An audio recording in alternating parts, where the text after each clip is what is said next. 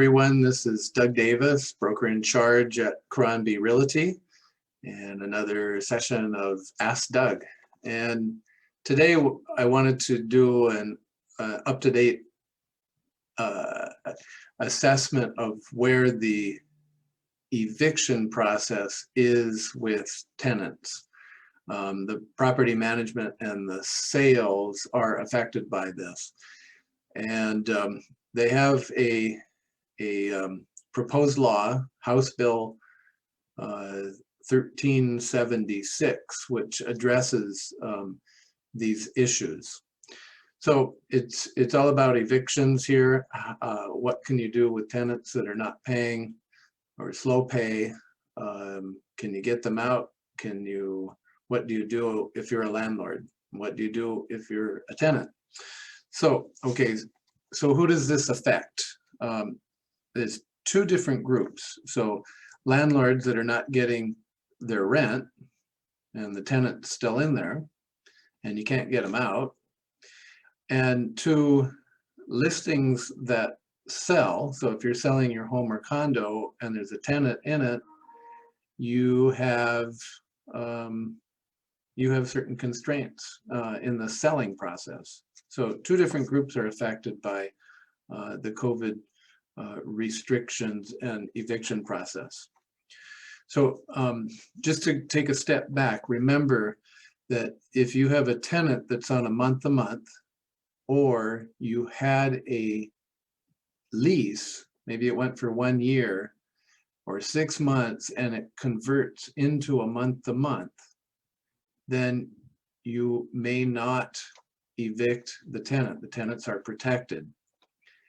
It doesn't apply to rental leases that are for a fixed period.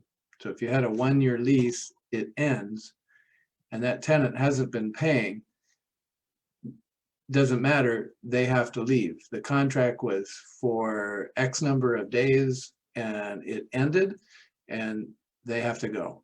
So it doesn't protect the tenant in that case. And the landlord could then look for a new tenant, hopefully one that will pay them in the future. So,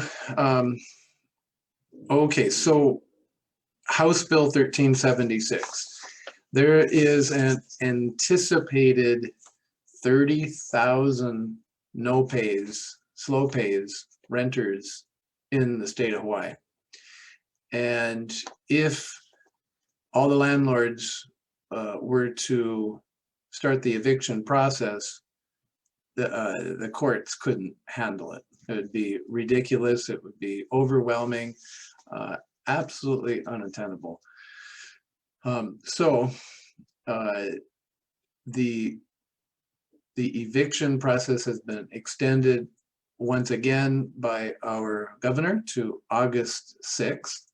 That's for the state, and the federal is unknown because that was legally overturned, but it's on appeal. So that had been to the end of June. And if it gets over, if the appeal wins and goes back to the feds, they may extend it for yet another time period. Right now that's in limbo, but for the state of Hawaii, we're banking on August 6th as the end of it. It could be extended again. However, the governor says that he will give a 20-day notice prior to 8/6 on whether he's going to extend or not. At that point, then people can get ready to start the eviction process. So what they're doing now, it's actually really well thought out, I think. They've done a really good job on how they're going to do this. So the main way is that they're moving the process around. There were 5 ways, there were 5 steps in the eviction process. The first was to file a complaint. Number 2 was a returnable hearing. They get to hear both sides of the story, and then they go to mediation. Then number 4, a pretrial conference, and then 5, the trial.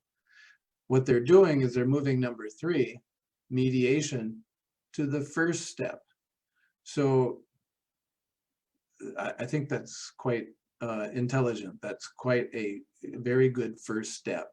So not only that, but there's monies for rental assistance, and in order to do the mediation, you have to have requested rental assistance. So if you can get the rental assistant money, then you can pay the landlord, and then this process doesn't have to happen. So you can clear out lots of people from having to go to court and doing the eviction. And landlords shouldn't care if they get their money. The other thing that they're going to do is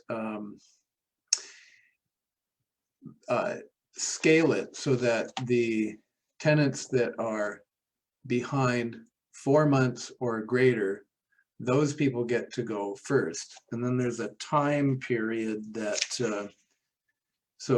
that you have to adhere to. So 4 months or more in rent behind. When the moratorium ends, you can start the process for the first 30 days. Then 3 months or more can only start the process from the 31st day to the 91st day. So people that are 2 months or more behind can't start the process for 3 months till the 152nd day, and then 1 month and over is 153 to 365. So they're really pushing the worst to the forefront, but the less of the behind gets extended quite a bit.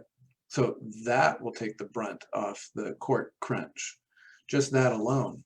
So they got 2 really good things.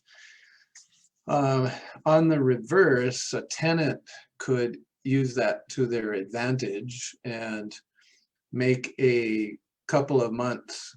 Well, you want to be 3 months or less behind and not 4 months or greater, and that would push it back another 30 days. And if they keep doing that, then they could still stay there but be behind. But then they have rental assistance, so that's kind of crazy. They should be able to get money right now. They've got $15 million, I believe, at the moment ready to go, and it just needs to be applied for and sent to the landlord. So just in summary, the House Bill 1376 extends the required period for notice of termination of the rental agreement from 5 to 15 days. So instead of a 5-day notice, it's 15-day notice. Number 2, requires landlords to provide notice with specified terms and enter into mediation. That's the big change. Number 3, delays when a landlord may seek possession of a dwelling unit if the tenant schedules or attempts to schedule mediation. That you got to start that first. Number 4, requires landlords to provide the notice of termination of the rental agreement to a mediation center that offers free mediation for residential landlord-tenant disputes. Next, restricts when a landlord may exercise these remedies depending on the amount of rent due. That's what I just went over. And the last one, appropriates funds, so rental assistance. So that's what's happening, all to reduce 30,000 people going to the court all at once. That can't happen. That's just unreasonable. And these two large things effectively slow it down and reduces the number, which I think is a good process. Otherwise, everyone's going to be racing to give their notice and start the mediation. So might as well start that as soon as you can. All right, well, I hope that's helpful. That's the latest on tenant eviction process and how that affects the two groups, the landlord tenant, and when you sell with a tenant in your property that you're selling. Okay, another session of Ask Doug, and keep the questions coming. Love to answer them for you. Thanks so much.